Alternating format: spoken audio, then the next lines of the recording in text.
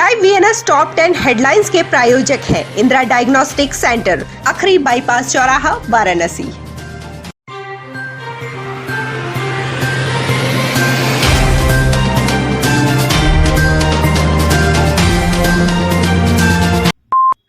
वाराणसी में शनिवार को मिली 5,940 कोरोना जांच रिपोर्ट में कोई भी कोरोना पॉजिटिव मरीज नहीं मिला है। बीते 24 घंटे में किसी कोरोना मरीज की मौत नहीं हुई है। शनिवार को होम आइसोलेशन से और कोविड हॉस्पिटल से किसी भी मरीज को छुट्टी नहीं मिली है। वाराणसी में अब तक 82,387 पॉजिटिव मरीज मिल चुके हैं। इनमें से 81,607 लोग स्वस्थ हो चुके हैं, जबकि एक्टिव केसों की संख्या 7 है। लंका थाना अंतर्गत टिकरी गांव से अखरी स्थित एक छात्रा का अर्धनग्न शव माधोपुर गांव में झाड़ियों से मिलने से हड़कंप मच गया। छात्रा के मुंह में कपड़ा ठूसा हुआ था। इस वजह से उसे दुष्कर्म के बाद गला दबाकर हत्या की आशंका जताई गई है। छात्रा के शव के पास ही उसका बैग, कॉपी किताब और आधार कार्ड पड़ा हुआ था। शनिवार को कड़ी सुरक्षा व्यवस्था के बीच छात्रा का पोस्टमार्टम हुआ। वहीं इस मामले में लापरवाही बरतने पर 4 पुलिसकर्मियों को डीसीपी काशी जोन ने निलंबित कर दिया है। चोलापुर क्षेत्र के हाजीपुर व गढ़सरा में उत्पात मचाने और कई लोगों को घायल कर देने वाले जंगली सुअर को शनिवार को आखिरकार मार गिराया गया है। शुक्रवार को जंगली सुअर ने चोलापुर के कई इलाकों में जमकर उत्पात मचाया और करीब 1 दर्जन लोगों को घायल कर दिया था, जिससे दहशत का माहौल रहा और काफी लोग भयभीत रहे। इस घटना की सूचना चंदौली सांसद महेंद्र नाथ पांडे को भी फोन पर दी गई कि गाँव में जंगली सुअर के चलते भय का माहौल है। कांग्रेस पार्टी सोनिया गांधी जिंदाबाद जिंदाबाद, कांग्रेस पार्टी प्रियंका गांधी जिंदाबाद जिंदाबाद। विश्वकर्मा पूजा पर छुट्टी की मांग को लेकर विश्वकर्मा समाज की ओर से चल रहे लगातार आंदोलन में अब कांग्रेस पार्टी भी शामिल हो गई है। शनिवार शाम ऑल इंडिया यूनाइटेड विश्वकर्मा शिल्पकार महासभा और कांग्रेस पार्टी के संयुक्त तत्वाधान में रामनगर के शास्त्री चौक से सैकड़ों की संख्या में लोगों ने मशाल जुलूस निकालकर सरकार से विश्वकर्मा पूजा पर्व पर छुट्टी की मांग की है। इस अवसर पर विश्वकर्मा शिल्पकार महासभा के राष्ट्रीय अध्यक्ष ने कहा कि प्रदेश सरकार देवी देवताओं और महापुरुषों के साथ धर्म और जाति के आधार पर भेदभाव तथा वोट की राजनीति कर रही है। कि देवी देवताओं और महापुरुषों के नाम पर सरकार भेदभाव बंद करे। भगवान विश्वकर्मा सभी जाति, धर्म और वर्ग के लोगों द्वारा पूजित देवता हैं। सनातन शास्त्रों में भी इनका उल्लेख है। सरकार ने इन्हें महापुरुष कह करके भगवान विश्वकर्मा का अपमान किया है, जिससे देश भर में इस अपमान के खिलाफ जबरदस्त आक्रोश है।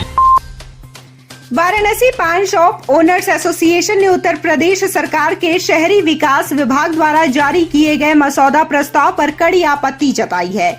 इसमें शहर में पान, बीड़ी, सिगरेट आदि जैसे तंबाकू उत्पाद बेचने वाले रिटेलर्स के लिए अलग लाइसेंस अनिवार्य करने की बात कही गई है। इसे लेकर एसोसिएशन के लोगों ने शनिवार को नगर निगम कार्यालय के बाहर विरोध प्रदर्शन किया। एसोसिएशन ने वाराणसी की मेयर और नगर आयुक्त से मांग की है कि लाइसेंस प्रस्ताव को मंजूरी न दी जाए। इससे वाराणसी में तंबाकू उत्पाद बेचने वाले 30,000 से ज्यादा छोटे रिटेलर्स और पान वालों की आजीविका पर दुष्प्रभाव पड़ेगा और वे भूखमरी के कगार पर पहुंच जाएंगे।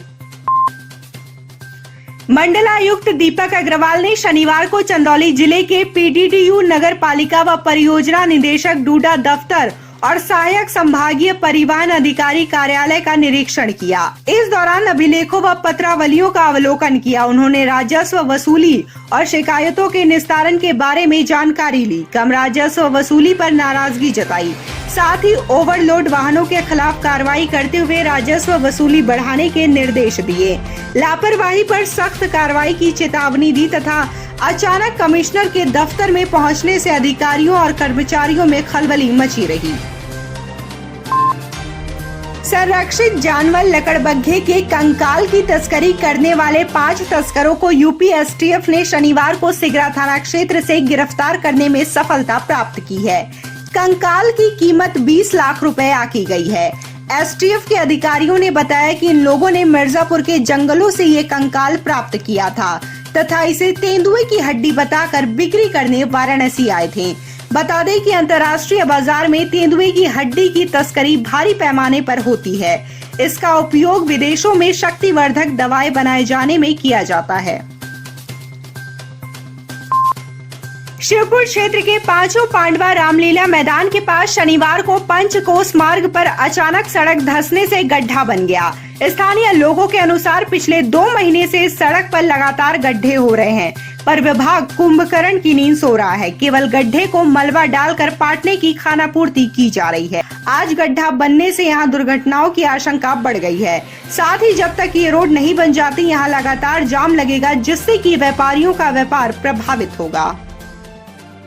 नाली का पानी अंदर सीवर में गया है, अंदर बालू पड़ा हुआ, सब भर करके गड्ढे, सड़क खोली हो गई है। जब भी वो ओवरलोड या कुछ तरह के वाहन आते हैं तो सड़क धंस जाती है और आते समय देख रहे हैं कि ऐसी स्थिति हो गई है कि कब कौन गड्ढे में गिर जाएगा कुछ पता नहीं। कल से बैठना शुरू हुआ तो उसको 1 हफ्ते 10 दिन में विभाग द्वारा निस्तारण इसका कर देना चाहिए। अधिकारियों को तुरंत नॉलेज में डाल दिया गया था, लेकिन ये क्यों 1 महीने से टाल रहे हैं, ये समझ से परे है। जब तक ये गड्ढा मुक्त नहीं होगी, शिवपुर व्यापार मंडल एकदम साथ में खड़ा है और इसको गड्ढे को पटवा के ही पीछे हटेगा। सरकार की सोचना चाहिए भाई, स्मार्ट सिटी बनाने जा रहे हैं और इस विभाग को जो ये काम कर रहे हैं उसको पेमेंट हम नहीं कर रहे हैं। तो आज हम यहाँ पर क्षेत्र की जनता भी है और PWD जिनका रोड है और जल निगम जिन्होंने यहाँ पर लाइन डाला था उनको लेकर के मौके पर आया तो यह आया है कि जो लाइनें बिछाई गई थी वह कहीं न कहीं फॉल्ट है।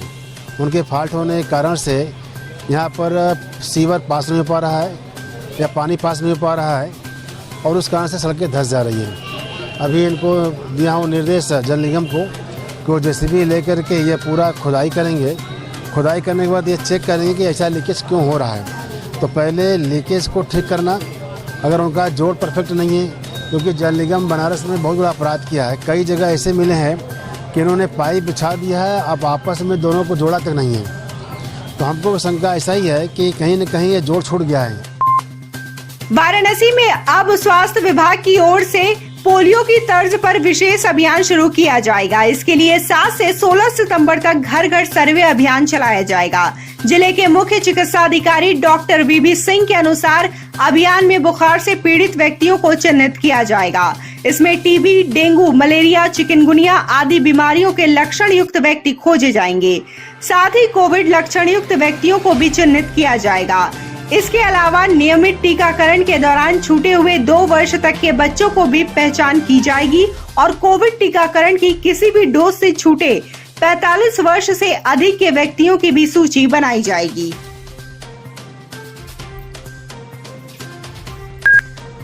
उत्तर प्रदेश के उप मुख्यमंत्री डॉक्टर दिनेश शर्मा शनिवार को वाराणसी पहुंचे। यहां काशी विश्वनाथ मंदिर में दर्शन पूजन के बाद डिप्टी CM ने सरोजा पैलेस में आयोजित कार्यक्रम में शहर दक्षिणी विधानसभा के 2000 शिक्षकों को सम्मानित किया।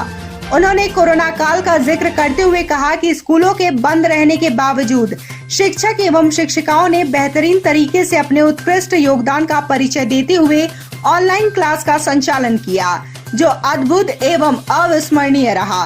वहीं इससे पहले मीडिया से बातचीत में उन्होंने कहा कि हमारी सरकार ने प्रदेश को जातिवाद के जहर से उबारने का काम किया है। इसके अलावा उन्होंने कहा कि विपक्ष पहले भी ब्राह्मण सम्मेलन करके दुष्प्रचार करता था और आज भी कर रहा है। विपक्षियों द्वारा मुख्यमंत्री के चेहरे को लेकर बार बार पूछे जा रहे प्रश्न पर उन्होंने कहा कि हमारे पास चेहरा भी है और चरित्र भी। हमारे पास चेहरा भी है, चरित्र भी है और कार्यक्रम हमारे माननीय मुख्यमंत्री जी ने के नेतृत्व में हम सबने काम किया है और जिस प्रकार से सुदृढ़ता के साथ में उत्तर प्रदेश ने प्रगति की है और भविष्य में करेगी भारतीय जनता पार्टी की सरकार, मैं समझता हूँ इससे बड़ा उदाहरण कोई नहीं हो सकता। जहाँ कोई शंका और शुभा होती है, भारतीय जनता पार्टी कार्यकर्ताओं की और केंद्र के नेतृत्व की दिशा निर्देशन पर चलने वाली है। उसके बारे में हमारे वरिष्ठतम नेताओं के बयान पहले ही आ चुके हैं। वो भारतीय संस्कृति का प्रतिपादन करने वाले लोग हैं। यहाँ पर सभी जातियां आपस में मिलकर काम करने की जो संस्कृति भारतीय जनता पार्टी की सरकार में कर रही हैं, उससे ये सरकार भयभीत है। और कभी किसी जाति का सम्मेलन करके कहती ये जाति नाराज है, कभी कहती वो जाति नाराज है। वास्तविकता ये है कि ये वो लोग हैं जो विभिन्न प्रकार से अपमानित करते आए थे जाति को।